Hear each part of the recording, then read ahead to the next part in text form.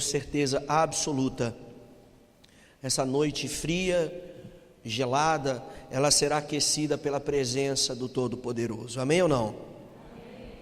Eu creio. O texto diz assim, versículo 1 a seguir: depois disso, havia uma festa entre os judeus, e Jesus subiu a Jerusalém. Ora, em Jerusalém há, próximo à Porta das Ovelhas, um tanque, chamado em hebraico de Betesda, o qual tem 5 alpendres. Nestes jazia grande multidão de enfermos, cegos, coxos, paralíticos, esperando o movimento das águas. Porquanto um anjo descia em certo tempo ao tanque e agitava a água. E o primeiro que ali descia, depois do movimento da água, sarava de qualquer enfermidade que tivesse. Estava ali um homem que havia 38 anos se achava enfermo. E Jesus, vendo este deitado e sabendo que estava nesse estado há muito tempo, disse-lhes: queres ficar são? O enfermo respondeu-lhe: Senhor, não tenho homem algum que, quando a água é agitada, me coloque no tanque, mas enquanto eu vou descer, outro entra antes de mim. Jesus, porém, lhe disse: levanta-te, toma a tua cama e anda. Logo, aquele homem ficou são e tomou a sua cama e partiu. E aquele dia era sábado. Quem pode dizer amém? Amém. Curva sua cabeça por um instante, por favor. Eu quero fazer uma oração com você. Espírito de Deus, em nome de Jesus, que esta palavra, meu Pai, ela encontre guarida na alma da tua igreja nessa noite. Senhor, que o teu Espírito Santo, ele penetre aonde eu não consigo penetrar. Senhor, que a tua graça, o teu amor, ele nessa noite venha acariciar as partes mais íntimas do ser humano, e que nós saiamos daqui nessa noite edificados pela tua presença. Ó Deus Todo-Poderoso, nós não viemos aqui, Senhor, por outro propósito. Nós viemos aqui, Senhor, porque nós entendemos que este é o lugar da bênção, este é o lugar do serviço a Deus, este é o lugar aonde o fraco é fortalecido, aonde o caído fica de pé, aonde aquele que já não tem nenhuma força, ele recobra as suas forças e volta a caminhar. Nós entendemos que esse é o lugar, meu Deus, aonde o nosso psique é ministrado pela tua poderosa mão, e as áreas mais íntimas da nossa alma, elas são visitadas pelo poder da tua presença. Pai, nesta noite, pisa aonde o homem não pode pisar, toca aonde a mão do homem não pode tocar, vai aonde o homem não pode ir, alcança aonde o homem jamais conseguiria alcançar. Ó Espírito de Deus, em nome de Jesus, nessa noite, que um milagre do Senhor venha ser derramado sobre o alto da nossa cabeça, e que ao sairmos daqui, nós saiamos preparados para essa semana que se inicia neste domingo, que é o primeiro dia da semana. Recebe a nossa oferta de adoração, recebe o nosso culto, recebe a nossa comunhão contigo, que nós fazemos através desta reunião. Senhor, dá concentração aos seus filhos. Que ninguém, Senhor, se perca, que ninguém, Senhor, se distraia, que ninguém se deixe roubar, que ninguém, Senhor, seja roubado de maneira nenhuma, meu Deus, mas que pelo poder da Tua palavra, todos, eu disse todos no nome de Jesus Cristo, sejam de alguma maneira alcançados pelo Teu poder, alcançados pela Tua graça, alcançados pela Tua sublime presença, ó Todo-Poderoso. Em nome de Jesus, nós invocamos agora, Senhor, a Tua Shekinah, em nome de Jesus. Visita-nos e fala conosco através da Tua linda palavra, em nome de Jesus. Alguém pode dizer amém? Amém. Nessa noite eu quero falar com vocês sobre o tema vencendo através da perseverança. Vencendo através da perseverança. Qual é o tema da mensagem, igreja? Por favor, novamente, 1, 2, 3. Muito bem, perseverança. Perseverar é você lutar por algo que você deseja, é você esperar, crer fielmente, sabendo que o Deus que você serve, Ele é poderoso para trazer à existência aquilo que você deseja, aquilo que você sonha, por mais impossível que possa parecer aquilo que você está desejando e esperando. Nós somos seres humanos, e todo ser humano, ele tem sonhos, e o sonho é algo muito pessoal, e existem alguns sonhos que, aos nossos olhos, eles parecem impossíveis de serem realizados, mas quando nós o colocamos nas mãos de Deus, e perseveramos em Cristo, por muitas vezes eu tenho visto Deus realizar sonhos impossíveis e o nome do Senhor ser glorificado. Por exemplo, nós ouvimos um testemunho aqui no domingo passado, um testemunho impactante de alguém que perseverou, de alguém que esperou em Deus, e vocês puderam perceber qual é o fruto daquele que espera, daquele que persevera em Deus, o que Deus faz na vida de uma pessoa que persevera e espera no Senhor. O texto de João é um texto muito conhecido, e de todos os milagres que existem no Evangelho de João, este que acontece no tanque de Betesda é um dos mais famosos, é um dos mais falados. Por quê? Porque aqui existe um relato de que Jesus, ele está entrando em Jerusalém, e Jesus ele resolve entrar em Jerusalém pela porta das ovelhas, e diz a Bíblia Sagrada que perto da porta das ovelhas existia um tanque chamado Betesda. Essa palavra Betesda em hebraico significa lugar da misericórdia, significa porta da misericórdia. E perto da porta das ovelhas existia uma porta chamada porta da misericórdia, o tanque de Betesda. E segundo o relato bíblico, a história judaica conta, Flávio Joséfo escreveu sobre isso, e ele disse que ali acontecia de tempo em tempo, de ano em ano, uma manifestação miraculosa de Deus.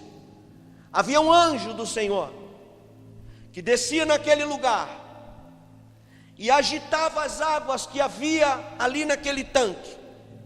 E quando essas águas eram agitadas, o primeiro que se lançasse dentro daquele tanque, ele recebia um milagre, seja a necessidade que fosse. Independente do problema, independente da situação, aquele que primeiro pulava naquele tanque, localizado em Jerusalém, próximo à porta das ovelhas, ele era curado. Os arqueólogos, através de uma escavação em 1888, porque com toda essa evolução humana, com todas essas mudanças climáticas, é natural que algumas coisas vão sendo descobertas com o passar do tempo. Existe muita história bíblica escondida embaixo dos solos de Israel e propriamente dito de Jerusalém. E os arqueólogos em 1888, eles descobriram esse tanque, não só esse tanque, mas um desenho que havia nas paredes desse tanque. A imagem de um anjo, como se ele estivesse movimentando e agitando as águas. Um dos lugares que eu fiz questão de visitar, quando lá estive, foi o tanque de Betesda. E para minha surpresa, diferente daquilo que eu imaginava, o tanque não era uma circunferência pequena, aonde só coubesse uma pessoa. Muito pelo contrário, o tanque é realmente muito grande. Como diz o texto, são 5 alpendres. O que significa isso? 5 descidas. E lá embaixo estava a água. A Bíblia diz que ao redor deste lugar, porque é um lugar muito grande, é como se nós chegássemos, por exemplo, só para usar como comparação, ao Paço Municipal, como se fosse um grande parque, e ali, dentro daquele lugar existe um tanque, de maneira que a possibilidade de haver ao redor daquele tanque centenas e centenas de pessoas enfermas e problemáticas, não é difícil nós imaginarmos isso. A Bíblia diz, no versículo de número 3, que havia ali uma grande multidão. Grande multidão. Quando a Bíblia fala de multidão, ela está falando de problemas, ela está relacionando a problemas. Ainda no versículo 3, no meio dessa multidão, a Bíblia diz: haviam enfermos. E depois dessa palavra enfermos, então o texto sagrado ele começa a especificar algumas qualidades de enfermos que ali existiam. Por exemplo, cegos, coxos ou mancos, dependendo da tradução, ressecados ou paralíticos, e todos eles estavam ali fazendo o quê? Esperando o movimento das águas. E a Bíblia diz, não sabe-se por quê, a Bíblia, ela resolve pegar como parâmetro um homem, segundo a história, que estava ali há 38 anos, esperando a sua oportunidade. Quase 4 décadas, esse homem esperava pela sua oportunidade. Ele esperava a sua vez, o dia em que ele poderia também cair naquele tanque e ser curado do seu mal.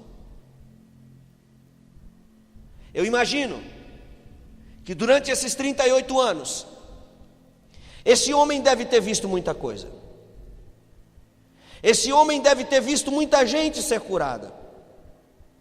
Esse homem deve ter visto muitos milagres acontecerem.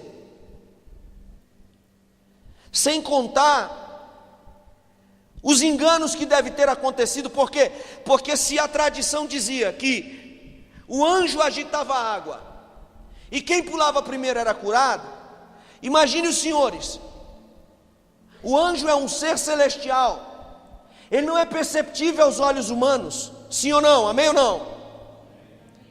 Segundo a Bíblia Sagrada, o texto sagrado diz: os anjos do Senhor acampam-se ao redor dos que os temem e os livram do mal. Você não vê, Mas existem anjos de Deus ao nosso redor nessa noite, acampados ao nosso redor, para nos guardar, nos proteger e nos livrar do mal. Eles são seres celestiais, os olhos carnais não veem, mas os olhos espirituais eles conseguem ver. E pelos livramentos e a forma como Deus nos conduz e nos guarda, você tem a certeza que a palavra de Deus é a verdade. O que eu estou querendo dizer para você é que a manifestação do anjo era uma manifestação irreal. A percepção de que o anjo havia agitado a água era pelo movimento da água. Ninguém via o anjo literalmente. Ninguém conseguia ver o anjo quando ele saía do céu e todo mundo dizia: está vindo ele aí. E o povo começava a se estapear: é minha vez, é minha vez. Não, sou eu primeiro, sai daqui você. Não, a água tinha que ser mexida.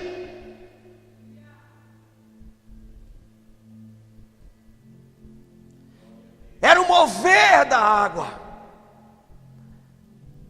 que demonstrava que o anjo havia passado por ali. E o que me chama a atenção? O que me chama a atenção é que em todo tempo existem os incrédulos. Existem os descrentes. Existem aqueles que zombam e brincam com as coisas de Deus e com Deus. E ali não devia ser diferente. Imaginem comigo, quantas vezes alguém pegou uma pedrinha e jogou na água, só para balançar a água, e naquele balançar da água pulou um monte de gente. Eu não posso imaginar isso? Posso ou não posso? Sim ou não? Em todo tempo existiu gente incrédula. Em todo tempo existiu gente para zombar e para brincar com aquilo que é sério. Passou um passarinho desapercebido, soltou um negocinho, bateu na água, a água balançou, pulou um monte de gente. Não era o anjo.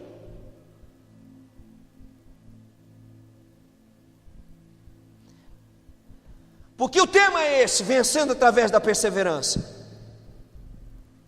Porque independente se era o anjo ou não, as pessoas precisavam estar atentas e perseverantes, porque poderia ser a sua oportunidade, poderia ter chegado a sua hora. Esse moço, ele está ali há 38 anos, ele está esperando a sua vez. Está diante dele pessoas com os mais variados problemas que vocês possam imaginar.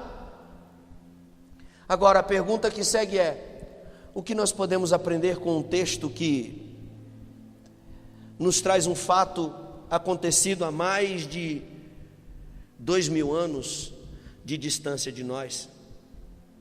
Quais as lições que de fato nós podemos extrair e aprendermos a perseverar através do testemunho desse homem? Porque o fato é, a Bíblia diz que esse homem, ele estava ali, ele estava esperando chegar a sua oportunidade.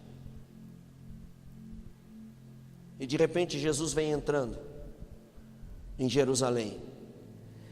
E o texto que segue diz que Jesus viu que esse homem estava deitado.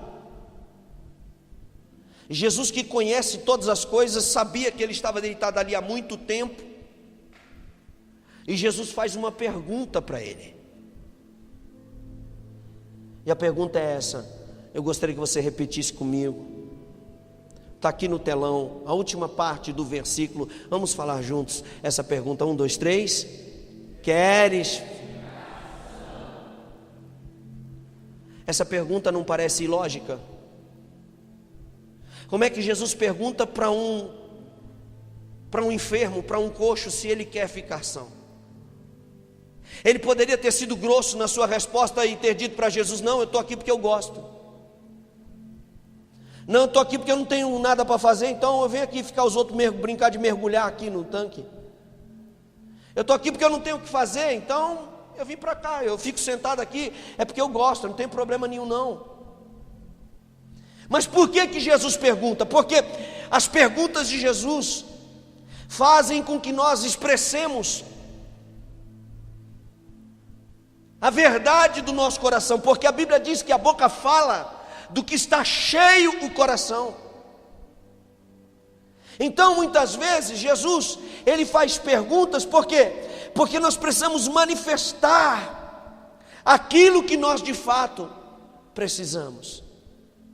Nós precisamos entender que a perseverança, faz parte da perseverança, você orar por aquilo que você quer, você falar com Deus em relação àquilo que você deseja, você falar com Deus em relação àquele problema, aquele milagre, aquela solução, aquela luta, aquela dificuldade, faz parte você falar com Deus. Por isso Jesus, mesmo sabendo, Jesus ele pergunta: você quer ficar são? Mas aqui inicia-se um grande problema. Em primeiro lugar, eu gostaria de mostrar para você que esse moço ele estava no lugar certo. Ele estava no lugar certo. Ele estava no lugar. Então, a primeira lição que nós aprendemos no tanque de Betesda é que estar no lugar certo é fundamental para que o milagre de Deus ele acompanhe aquele que persevera. Estar no lugar certo não é fruto da coincidência. Milagres acontecem na vida daqueles que permanecem no lugar certo.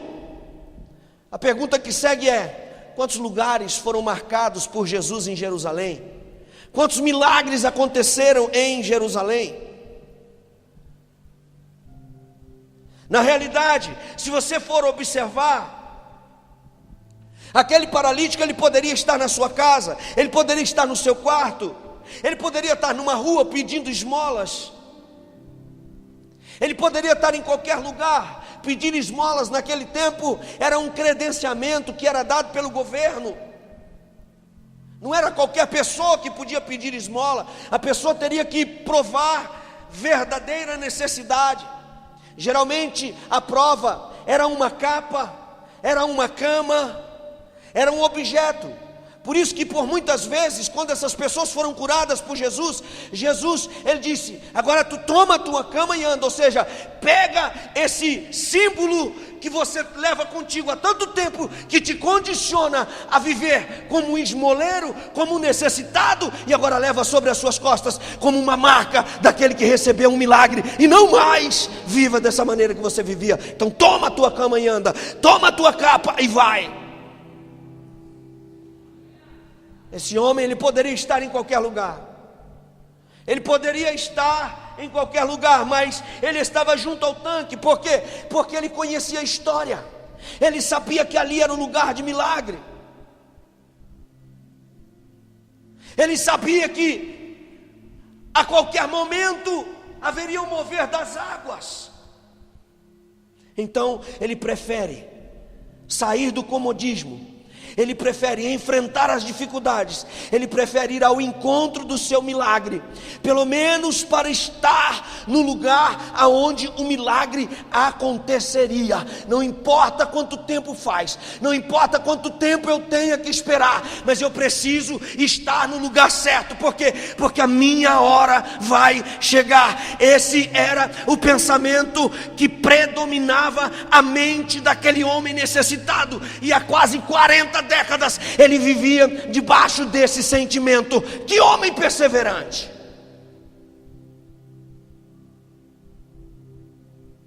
Faça um paralelo comigo e com você, com as nossas vidas. Quanto tempo você está esperando por alguma coisa e você já está desesperada, desesperado? Quanto tempo você está esperando por uma provisão, por um milagre? Quanto tempo você está esperando por um resultado e você já está desesperado? Você já está incomodado, você já está inquieto, já está pensando em meter os pés pelas mãos, já está pensando em tomar atitudes, fazer do seu jeito, fazer da sua maneira. Como é difícil, Senhor, esperar o mover das águas. Como é difícil acreditar que Deus ainda tem os seus anjos que trabalham e ministram em nosso favor. Como é difícil saber que eu sirvo a um Deus que não é morto, a um Deus que é vivo, e que os olhos dele estão sobre mim, e que na hora certa ele há de manifestar o seu favor em minha direção, e o meu milagre também vai acontecer. 38 anos, gente, por muito menos do que isso, tem gente batendo cabeça, por muito menos que isso, tem gente se perdendo. 38 meses já é o suficiente para algumas pessoas se perderem. 38 dias já é o suficiente para algumas pessoas se precipitarem. 38 horas já é o suficiente para pessoas tirarem a própria vida, se suicidarem. Por quê? Porque o mundo está cercado de desesperança. Porque a perseverança ela sumiu. Porque as pessoas preferem acreditar naquilo que os olhos podem ver, mas eles não acreditam mais que Deus ainda envia os seus anjos para mover as águas, e vai chegar a sua vez, vai chegar a minha vez, vai chegar a vez dos seus filhos, vai chegar a vez da tua casa, da tua família, do teu marido, da tua esposa, vai chegar a tua vez, porque Deus ele respeita aquele que persevera, Deus ele respeita aquele que espera, Deus ele tem um mover especial, e ainda que as águas elas te digam não, eu quero dizer para você que o dono da vida, ele vem ao teu encontro, ainda que ninguém te coloque no tanque, ainda que você não pule na água, ainda que você não veja o mover das águas, uma coisa você vai ver se você estiver no lugar certo, você vai ver o dono do milagre, ele vindo em sua direção, e ele vai te tocar, ainda que você não caia no tanque, mas o milagre vai cair em você, ele vai cair no seu colo, se você souber perseverar e esperar no Senhor. Alguém que acredita nisso aí, adore a Deus. Alguém que acredite nisso, adore a Deus.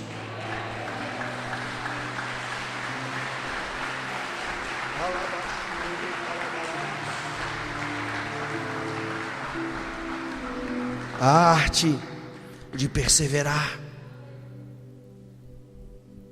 Esse moço, ele prefere ficar. Como é bom quando você tem na sua mente isso muito claro.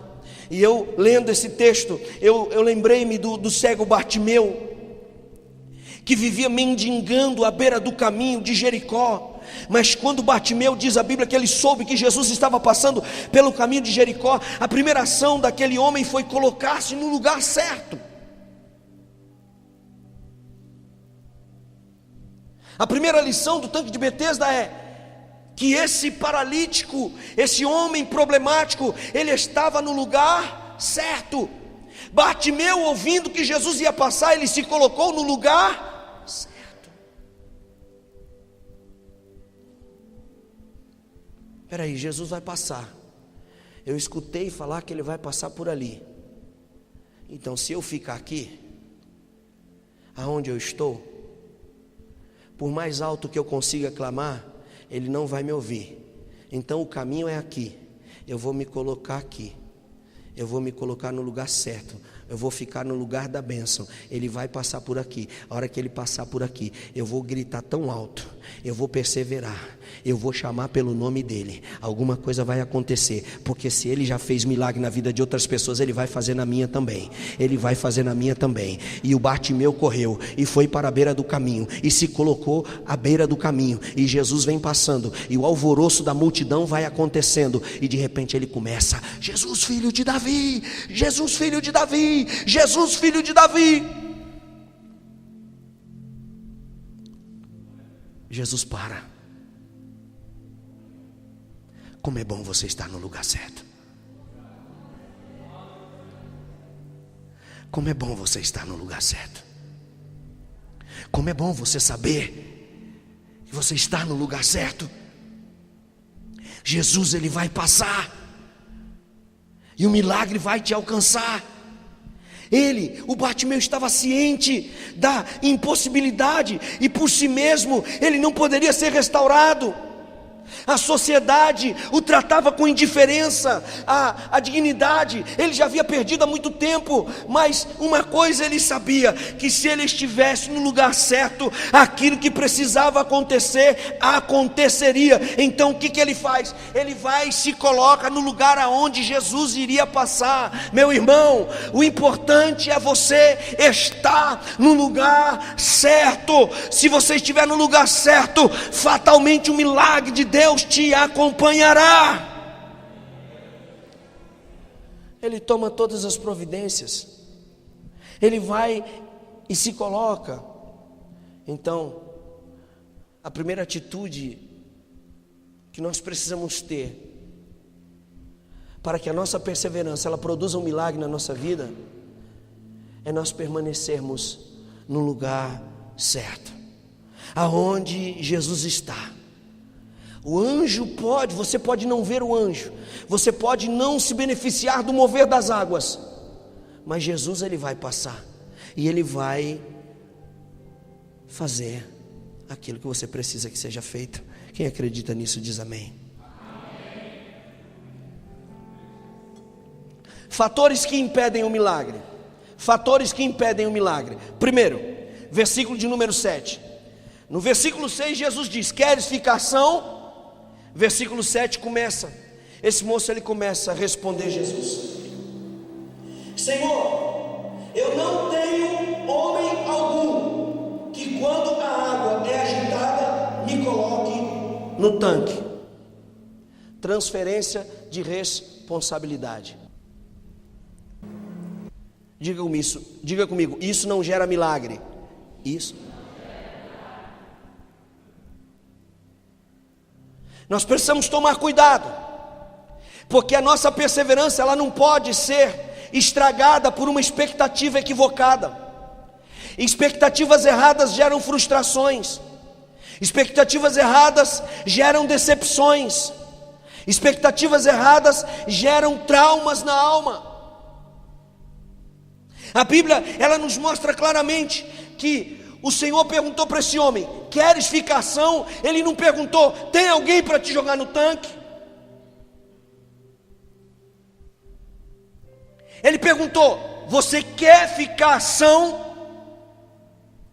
Aprenda, seja objetivo com Deus, seja objetivo com o Senhor, seja direto nas suas orações e no seu relacionamento com Deus. Fale a verdade para o Senhor, fale a verdade para o Senhor. Esse moço não, ele inicia um diálogo com o Senhor dizendo: olha, não tem nenhum homem que quando a água é agitada me coloque no tanque. Ele está no lugar certo, mas a expectativa é errada. Ele está no lugar certo, mas ele está confiando em pessoas. Ele está no lugar certo, mas ele está esperando o milagre da mão de pessoas.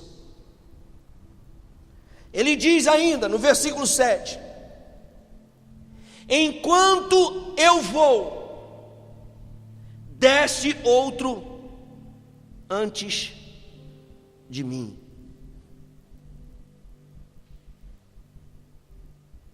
Enquanto eu vou, desce outro antes de mim. Ou seja, tem sempre alguém que entra na minha frente, tem sempre alguém que pega o meu lugar, tem sempre alguém que rouba a minha bênção. Na verdade, se você está no lugar certo, ninguém vai tomar aquilo que é seu. Tenha certeza absoluta, ainda que as águas elas se movam e você não consiga ver o mover das águas, ou que você não consiga pular no tanque, no mínimo você vai encontrar com o dono da bênção e ele vai tocar em você e vai gerar o milagre que você precisa. Mas veja a explicação desse homem: quando eu estou indo, alguém desce antes de mim. Tem sempre alguém para se aproveitar. Tem sempre alguém para tomar o meu lugar. Jesus olha para ele E o Senhor simplesmente diz para ele: levanta, toma a tua cama e anda.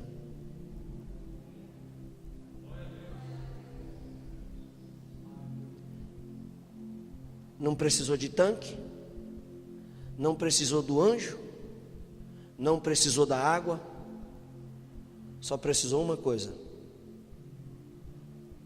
E o que é que ele precisou, gente? Estar no lugar.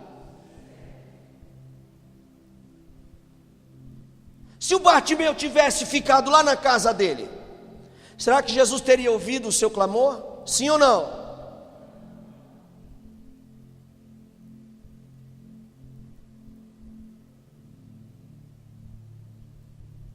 Se ele tivesse ficado aleijado da vida, dizendo: se o Senhor quiser, Ele vai me tocar porque Ele sabe a minha necessidade. Se o Senhor quiser, Ele vai me curar porque Ele sabe o que eu preciso. Se o Senhor quiser, Ele vai fazer um milagre em mim porque Ele sabe aquilo que eu quero, aquilo que eu desejo, aquilo que eu necessito. Ele teria sido curado. De quem que é a necessidade, gente? A necessidade não é nossa. Quem é que tem que perseverar? Quem é que tem que mostrar ao dono do milagre que você de fato crê, que você de fato tem fé, que você de fato está aqui, que você de fato está confiando, que o tempo passou, a luta veio, o verão veio, o inverno passou, a tempestade, o frio, as águas se levantaram, os problemas se levantaram, mas você permanece, você está de pé, você está crendo, você está no lugar do milagre, e quem fica no lugar do milagre alcança milagre, quem fica no lugar da vitória alcança a vitória. Mas quem é que tem que tomar essa atitude? É o Senhor Jesus ou somos nós? Primeira coisa que esse moço faz é permanecer no lugar certo.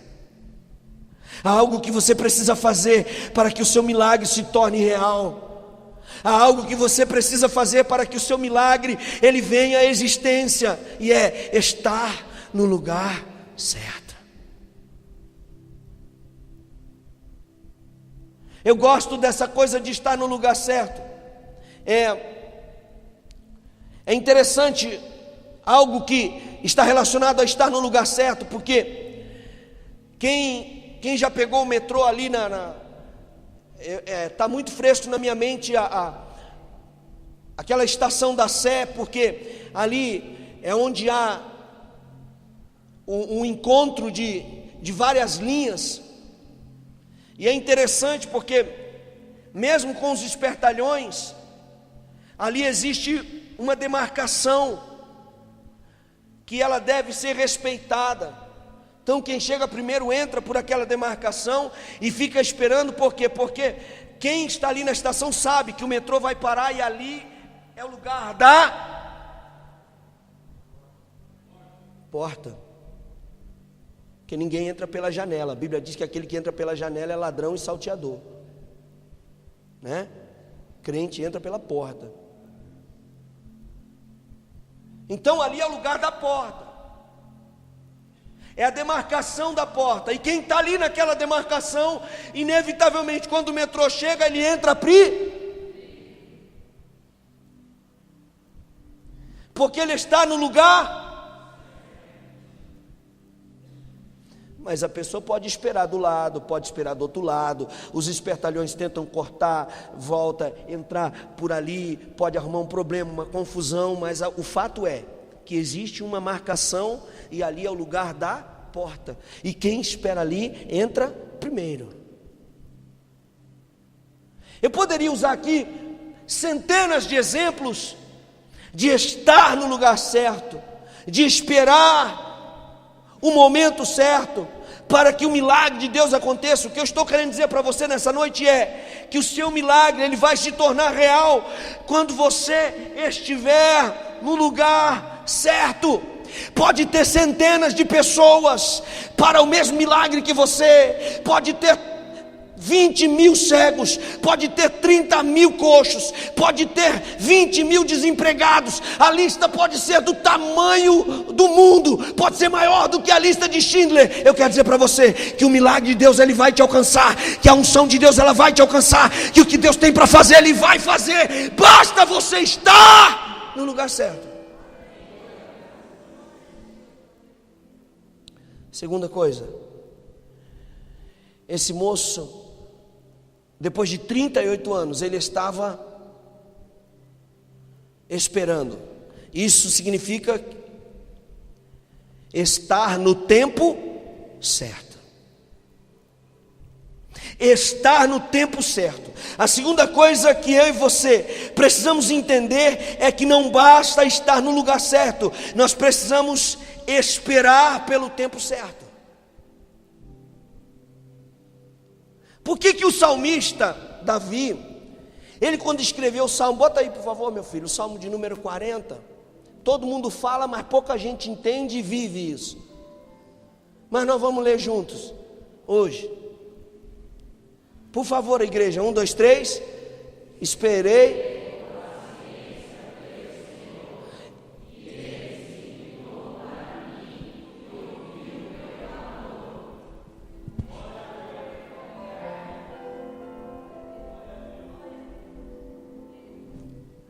Calma.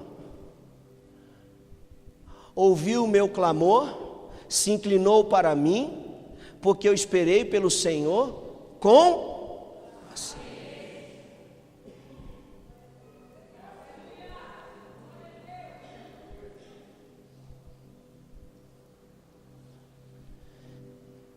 Estar no tempo certo, e não apenas no lugar certo, é fundamental para que o milagre, quem está falando isso aqui é o grande rei, o rei Davi. Ele está dizendo assim: eu não me precipitei, eu não tomei atitudes. Gente, Davi, ele foi ungido na casa do seu pai com 17 anos, ele vai subir definitivamente para o trono com 40 anos, 17 para 40, os universitários aí por favor me ajudem aí, os bons de matemática, 17 para 40? Hã?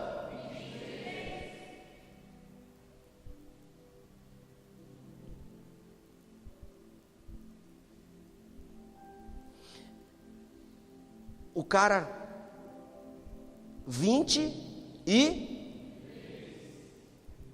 sabendo que ele era rei, que ele era o escolhido, que ele havia sido ungido, mas esperando o tempo dele.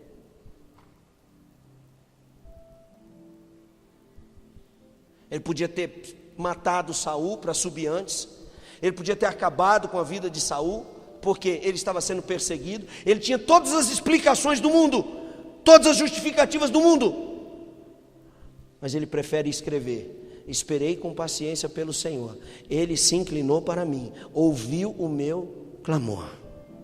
E o que ele fez mais? Põe o texto todo. Tirou de uma cova de destruição, de um charco de lodo, pôs os meus pés sobre uma rocha e firmou os meus passos. 3. Pôs na minha boca um cântico novo, um hino ao nosso Deus. Muitos verão isso e temerão e confiarão no Senhor. Por quê? Porque o que Ele fez na minha vida é extraordinário e vai servir de testemunho para muita gente, porque eu perseverei, esperei no Senhor, e aquele que espera no Senhor, ele é como os montes de Sião, que não se abala, mas permanece para sempre. Eu creio.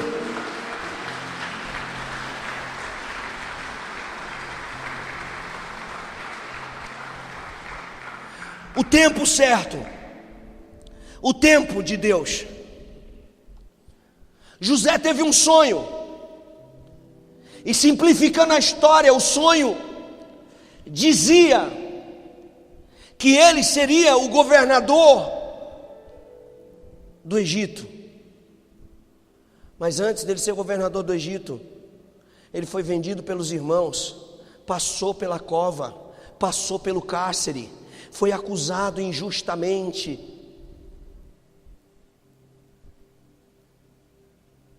A mulher de Potifar tentou uma acusação gravíssima contra ele, ao ponto dele ir parar na prisão. Mas esse cara Ele confia nos sonhos de Deus, ele confia naquilo que Deus havia plantado no coração dele, ele acredita que aquele que fez a promessa, ele é fiel para cumprir, ele acredita que aquele que começou a boa obra, ele vai até o final. Deus não é arquiteto de obras inacabadas, Deus não é arquiteto de obras inacabadas. Aquele que começou a boa obra, ele é fiel para cumprir, ele vai até o final.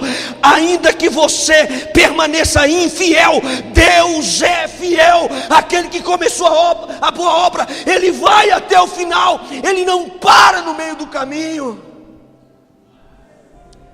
Se você ficar no lugar certo e esperar o tempo certo, você pode ter certeza, Deus vai fazer aquilo que ele tem para fazer. Davi esperou o tempo certo, José esperou o tempo certo. Um último exemplo para você dentro dessa questão do tempo foi Eliseu. Eliseu foi escolhido para substituir Elias no ministério profético, sim ou não?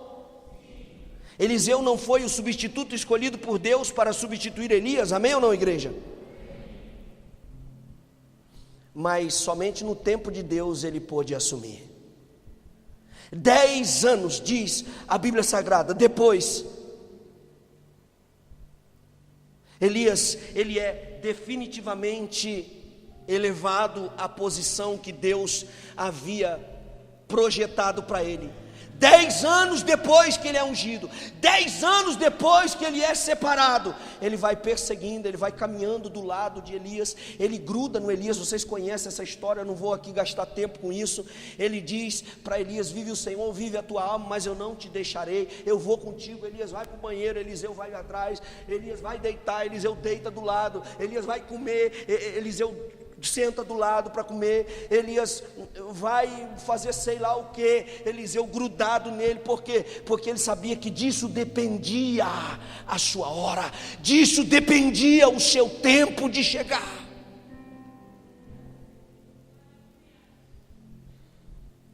Quem é que seguia Elias, gente? Quem é que seguia Elias?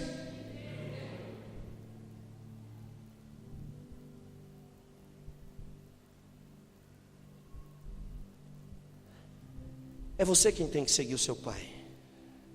É o irmão mais novo que tem que seguir o irmão mais velho. É o obreiro mais velho que deve discipular o mais novo. São os anciãos da igreja que devem ser referência espiritual para aqueles que acabam de se converter. Mas hoje, infelizmente, Satanás tem trabalhado nos processos de uma forma tão terrível, que não tem tanque de Betesda que dê jeito para que o milagre aconteça. Por quê? Porque hoje os papéis se inverteram.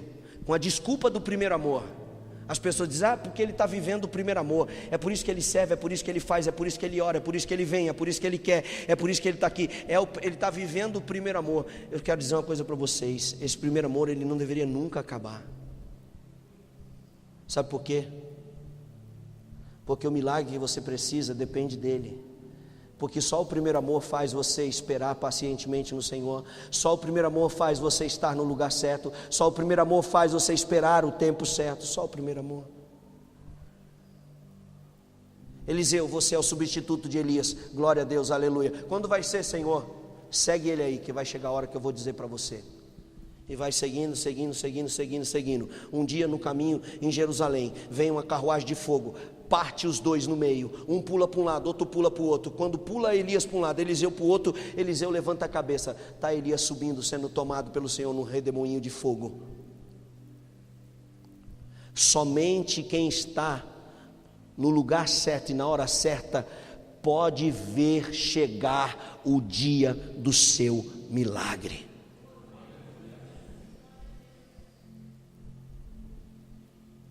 Estou vendo, hein, Senhor? Está vendo?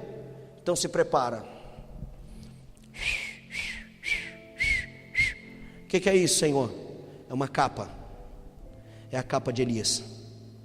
A partir de hoje, você não é mais um profeta comum. A partir de hoje, você é o substituto natural de Elias. E tem mais: aquilo que era difícil que você me pediu, que era a porção dobrada do espírito que havia no profeta Elias, está sendo derramado sobre você. Vai, porque chegou a sua vez.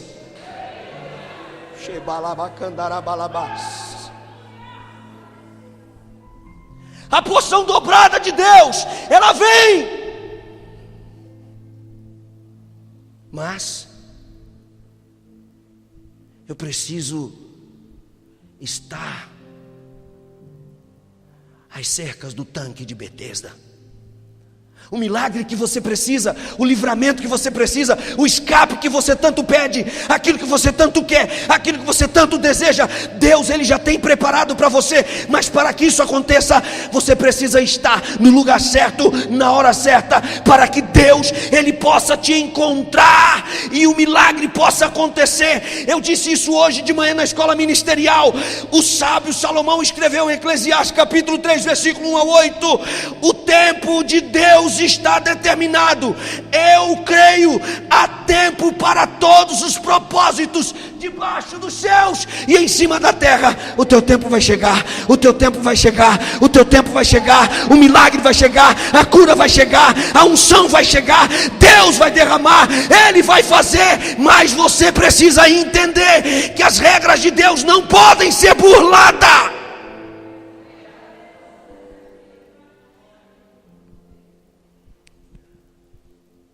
Lugar certo, tempo certo. Por último, falar com a pessoa certa. Falar com a pessoa certa. Vocês, por favor, 1, 2, 3.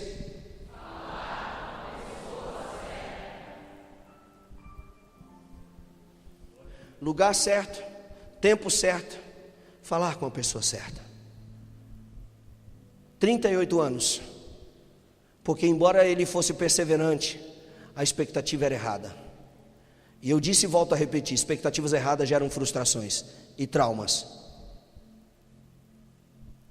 Mas então, ele se relaciona com a pessoa certa. Essa é a terceira coisa que você precisa aprender. Não deixe passar desapercebido esse relato bíblico para você. Embora você esteja no lugar certo, esperando pelo momento certo, não é qualquer pessoa que pode te socorrer e gerar o milagre que você precisa.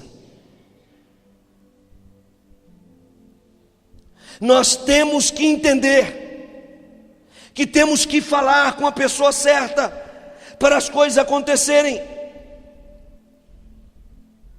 Você já sabe disso, mas eu vou lembrar você nessa noite. Cuidado, não conte os seus problemas para quem não pode resolvê-los. Não compartilhe com pessoas aquilo que as pessoas não podem trazer solução. Poucos podem de fato gerar o milagre que você precisa. Então, para você evitar decepções, o que é que você deve fazer? Falar com a pessoa certa. Se o seu problema pudesse ser resolvido por qualquer pessoa, você já teria resolvido. Amém ou não? Ou eu estou errado? Se o seu problema pudesse ser resolvido por qualquer pessoa, você mesmo já teria solucionado. Então, nós podemos ver aqui que o milagre, ele vai acontecer no tempo de Deus, mas ainda assim, ele depende em parte de nós. Estarmos no lugar certo, esperar o momento certo e falar com a pessoa certa, com a pessoa que é capaz de resolver o nosso problema. Quem sabe o seu problema ainda não foi resolvido, porque você comentou com o pai, você comentou com mãe, você comentou com amigos, você comentou com pessoas da sua confiança, mas você desistiu de falar com Deus. Você desistiu de esperar o mover de Deus em relação à sua vida. O que você quer dizer com isso, pastor? Vou te dar um último exemplo para nós fecharmos o pensamento e encerrarmos essa ministração dessa noite. Eu gosto muito do texto do livro de 2 Reis.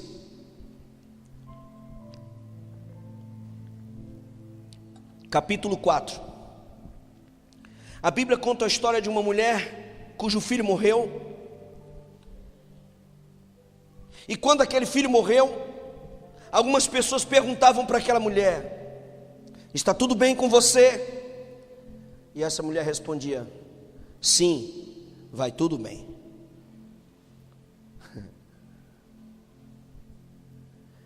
Mas eu disse para você que o filho dela estava morto. O filho dela estava. E alguém perguntava para ela: vai tudo bem contigo? Ela dizia: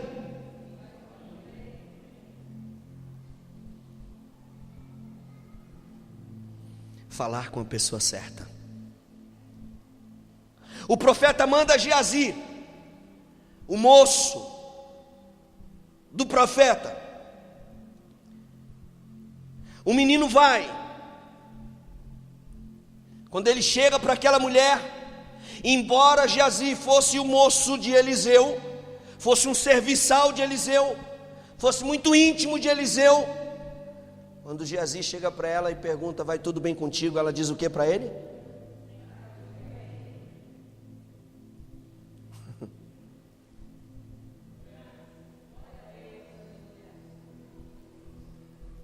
Meu irmão, aprenda uma coisa: só existe um intercessor entre Deus e os homens, é Jesus Cristo, o homem.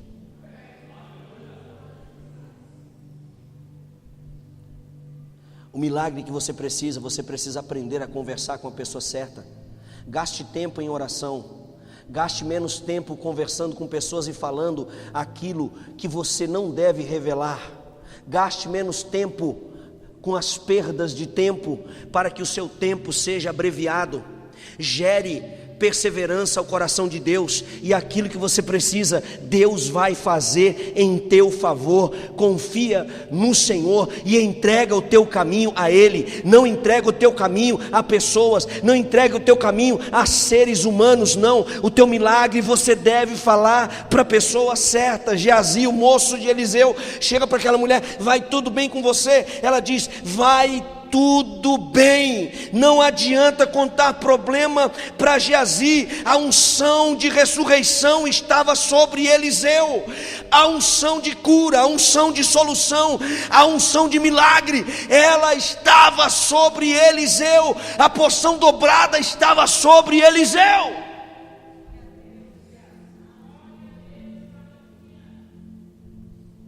Mas a gente tem preguiça de orar. A gente tem preguiça de jejuar. Já tem até gente hoje em dia que prega contra o jejum.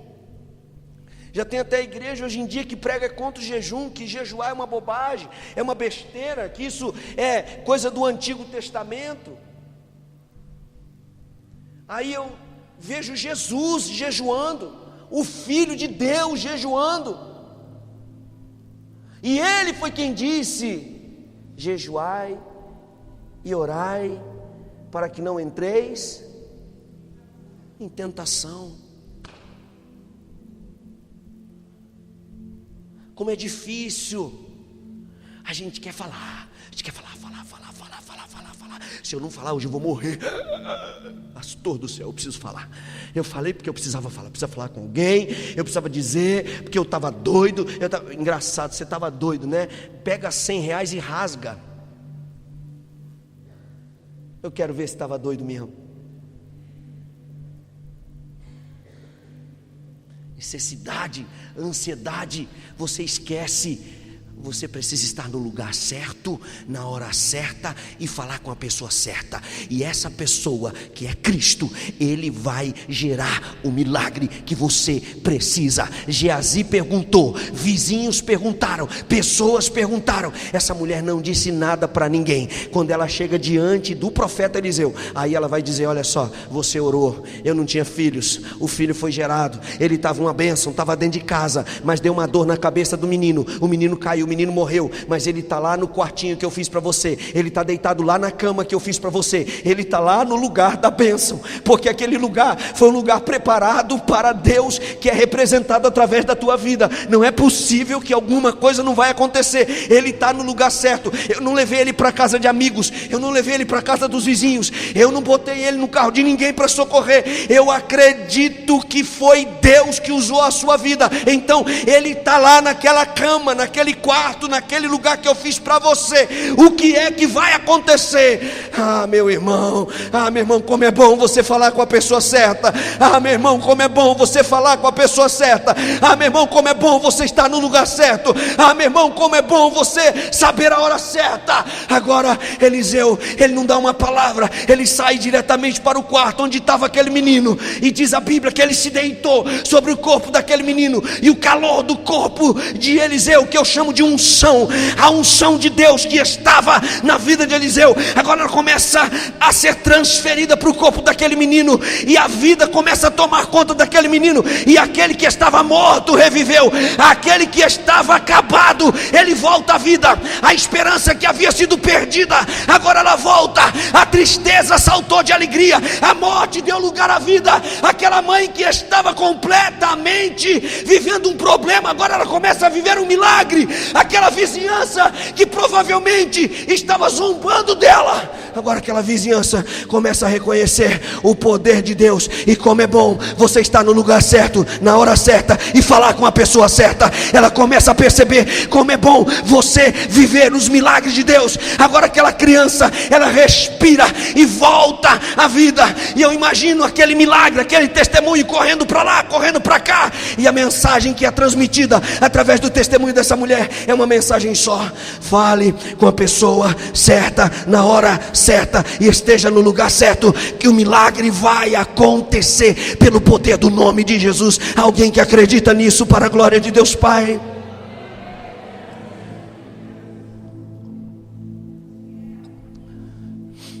Diga assim comigo: Deus vê diferente do que os homens veem. Para as pessoas, aquele deficiente físico era mais um deficiente que estava ali perto do tanque de Betesda. Para muita gente, ele era mais um, mas para Deus não. Para Deus ele era alvo de um milagre. Para Deus ele era alvo de testemunho. Jesus ele vai e ele encontra esse moço, ele cura esse moço, ele quebra as expectativas, ele passa por cima da lei, porque o texto sagrado ele continua dizendo assim,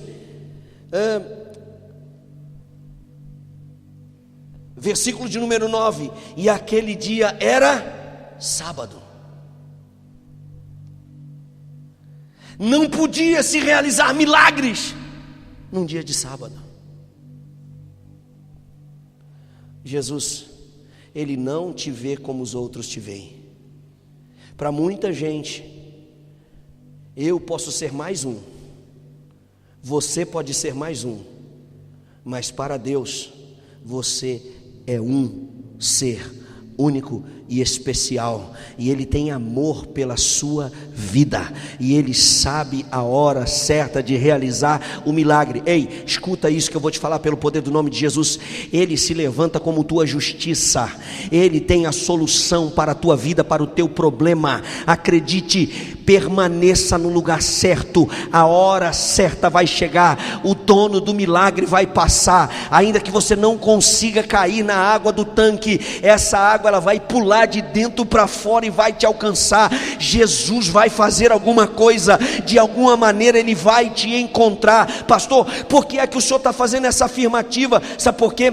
Porque o tanque de Betesda, ele representa, e aqui eu encerro a mensagem, o tanque de Betesda em hebraico representa porta da misericórdia, e eu profetizo sobre a sua vida nessa noite, pelo poder do nome de Jesus Cristo, que a misericórdia de Deus, ela vai te alcançar. Misericórdia é algo que Deus tem para com a sua igreja. Você não merece, mas Ele tem. Você não é digno, mas Ele te dá. Você se esqueceu, mas Ele não esquece de você. Ele é um Deus de misericórdia. A porta da misericórdia está aberta nessa noite. Fica de pé no seu lugar para receber sobre a sua vida a misericórdia do Senhor. Ainda que o anjo não venha agitar a água, ainda que alguém pule no seu lugar, a sua expectativa tem que estar na hora certa, no lugar certo e na pessoa certa, porque a porta da misericórdia está aberta.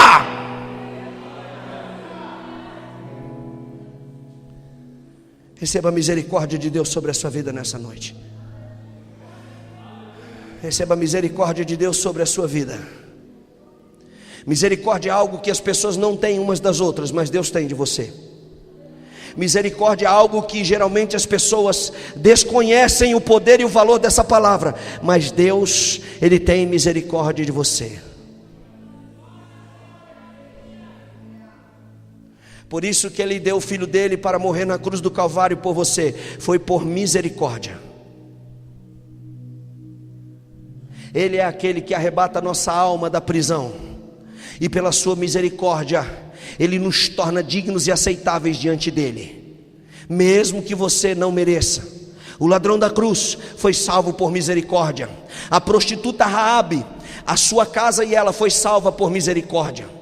A prostituta de João 8, que foi levada, pega no ato de adultério diante de Jesus, ela não foi apedrejada por misericórdia. Jonas, ele não morreu por misericórdia. Daniel, ele não morreu devorado pelos leões pela misericórdia. Sadraque, Mesaque e Abednego não foram queimados, não foram tostados, torrados pelo fogo, aquecidos 7 vezes mais pela fúria dos homens. Sabe por quê? Por causa da misericórdia.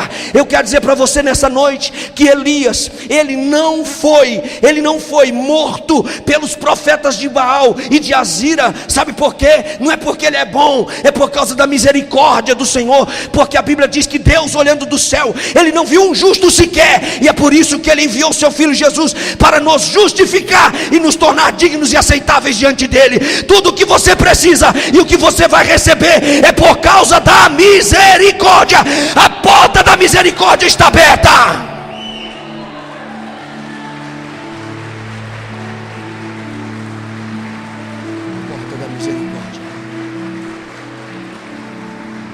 A porta da misericórdia. A porta da misericórdia. A porta da misericórdia, ela contradiz o senso humano. A porta da misericórdia, ela torna equivocado as acusações de Satanás. A porta da misericórdia, ela coloca pessoas indignas em lugares de destaque. A porta da misericórdia, ela honra pessoas que aos olhos humanos não deveriam ser honradas. Aleluia, aleluia. Se eu fosse você nessa noite, eu começava a fazer uma oração ao Senhor e dizia: Senhor, derrama a sua misericórdia sobre mim. Derrama a sua misericórdia sobre mim. Por mérito eu não vou chegar em lugar nenhum, Senhor. Senhor, por mérito, Senhor, eu não chego em lugar nenhum, Senhor. Senhor, por merecimento, Senhor, eu não chego em lugar nenhum, Senhor. Senhor, por merecimento, Senhor, não há milagre. Por merecimento não há resultados. Por merecimento não há vitória. Por merecimento não há cura. Por merecimento só há castigo. Por merecimento só há chibatadas. Por merecimento só há chicote. Mas pela misericórdia sois salvos. Pela misericórdia sois salvos. A graça de Deus vos é derramada nessa noite. Receba, receba a misericórdia. A porta da misericórdia está aberta. E tem mais: o anjo não precisa agitar a água. O dono da misericórdia está aqui.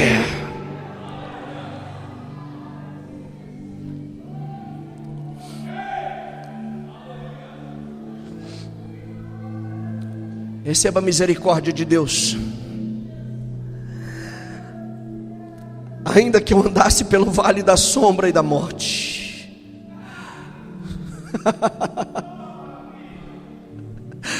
ainda que eu andasse pelo vale da sombra e da morte, não temeria mal algum, porque tu estás comigo. o dono da misericórdia, o Deus da misericórdia.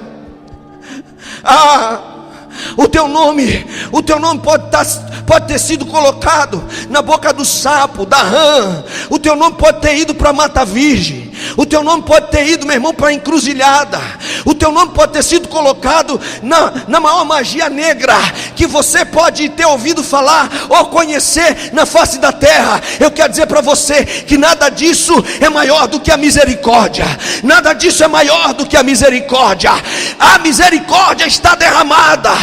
Ele gentilmente, Ele nos chamou e nos atraiu e nos deu liberadamente o seu poder. E Ele disse: com esse poder pisará serpentes e escorpiões, e se comerem alguma coisa mortífera não te fará dano nenhum. Sabe por quê? Porque a misericórdia está derramada.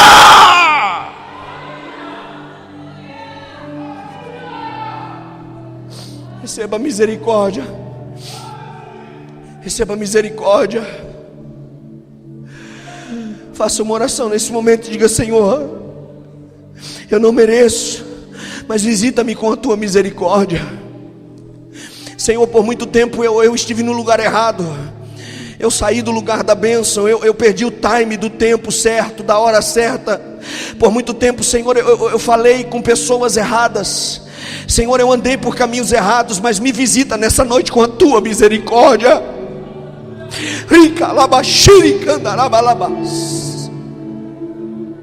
Saiba que Ele é poderoso para isso. Ele reconhece, entenda, Deus, Ele é um ser tão especial, minha gente, tão especial, minha gente, que Ele consegue perdoar o ladrão da cruz no último momento da sua vida, e Ele não impõe penitências. Ele simplesmente olha para ele e diz: hoje mesmo estarás comigo no paraíso, hoje mesmo estarás comigo no paraíso. Ei, quem sabe hoje você está no lugar certo, na hora certa, e esse é o teu momento. Fale com a pessoa certa nessa noite. Abra a tua boca e peça misericórdia. Joga todas as suas vestes no chão e pise sobre elas e diga: Senhor, não tem nada que eu possa te dar, não tem nada que eu possa te apresentar. O meu dinheiro, a minha vida, a minha casa, a minha riqueza, as minhas roupas, a minha sabedoria, as minhas faculdades, os meus cursos, nada disso, Senhor, tudo isso é trapo de imundícia. Mas eu me apresento diante de ti e te peço misericórdia, misericórdia, misericórdia tenho, diz o Senhor.